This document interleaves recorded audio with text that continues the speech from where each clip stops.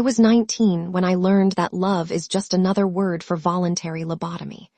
That's when I decided to tell Danny, 7 years too late and 2,000 miles too far, that I'd been carrying a torch for him since junior high. The kind of torch that burns down everything sensible in your head until you're left with nothing but the smoking ruins of good judgment. Welcome to another episode on Revenge with Nair. Please like, subscribe, and share so the algorithm pushes it further to others who want stories like this. Having done that, let's get right back into the video. Danny was beautiful in that specific way that destroys young women. Dark hair that fell just so, a crooked smile that suggested secrets, and the kind of careless confidence that comes from never having to wonder if you're wanted. I'd spent years perfecting the art of loving him quietly, the way you love a dog that might bite, from a respectful distance, with careful hands. When I finally confessed, voice shaking over long distance, static from my new life in the Pacific Northwest, I expected the gentle rejection I'd rehearsed accepting. Instead, he gave me poetry. 7 years of mutual pinning, he claimed. 7 years of missed opportunities and parallel longing.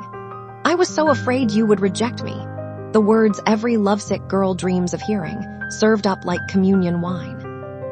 I should have known better, should have trusted my instincts instead of the pretty lies. But at 19, you're still young enough to believe that wanting something badly enough might make it real. Within months, I was flying to Alaska every other weekend, burning through buddy passes like love letters. Our friends cooed over us with the satisfaction of people who'd always seen it coming. You're perfect together. We always knew. The validation was intoxicating, better than any drug, more addictive than any high. Here was proof that my 7 years of careful observation, of cataloging his preferences and memorizing his laugh, had been worthwhile. When he proposed, I didn't hesitate. Why would I? This was the culmination of every fantasy I'd ever entertained during boring classes and sleepless nights. I packed my life into boxes and shipped them north, preparing to become the woman I'd always imagined I could be. His woman, finally, completely. The pregnancy test showed positive 3 days before my final flight back to Alaska. 2 pink lines that felt like a miracle, like the universe's stamp of approval on our fairy tale. I called him that night, giddy with secrets, ready to complete our perfect picture with the most perfect news. But Danny was busy telling me about some artist chick he'd just met. The way he said it, breathless, fascinated, made my stomach clench with a knowledge I wasn't ready to accept. When I tried to redirect the conversation to my news, he brushed me off. Call back later, he said. We'll talk then. Later, he couldn't come to the phone. The next morning brought confession wrapped in apology. He'd fucked her. The artist. While I'd been calling, trying to tell him about our baby, he'd been discovering what she looked like naked. It was a mistake, he insisted, as if infidelity were something that just happened to you like weather. I hung up and vomited until there was nothing left. The miscarriage came that week, my body apparently as disgusted by his betrayal as my mind. But I still had to go to Alaska. All my possessions were already there, shipped with such foolish confidence to our new life together. I would have to face him, face her, face the smoking wreckage of everything I'd built my identity around.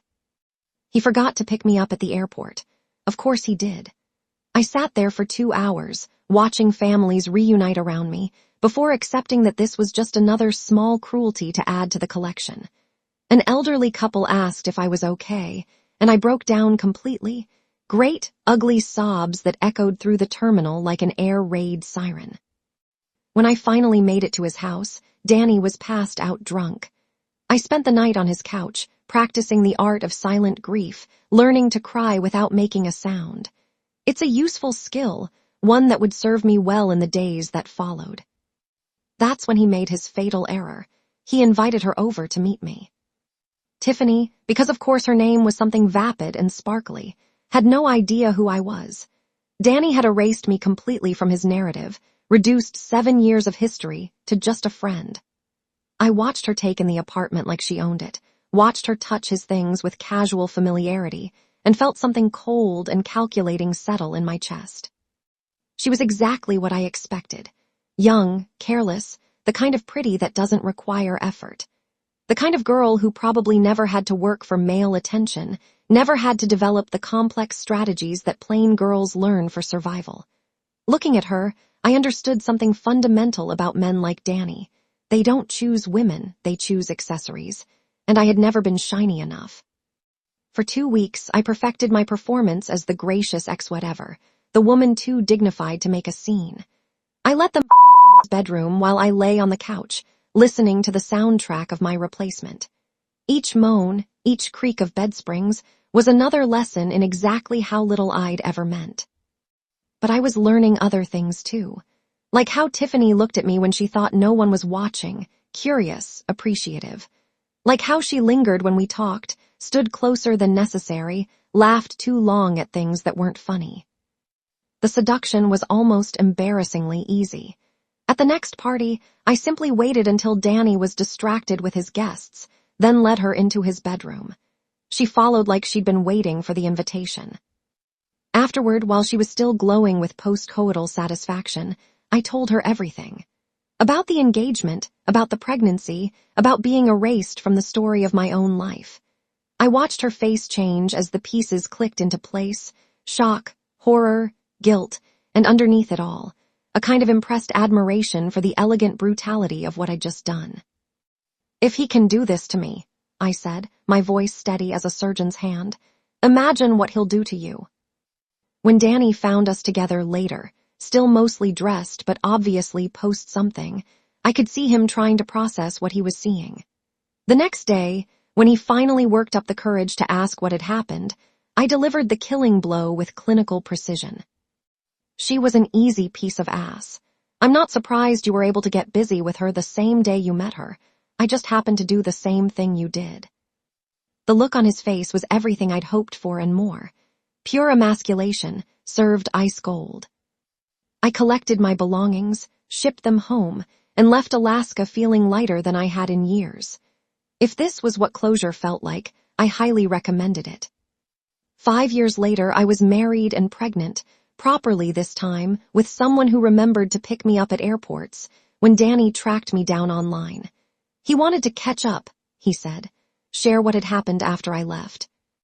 What had happened was everything I could have scripted if I'd been a vengeful god, instead of just a wounded girl with decent timing.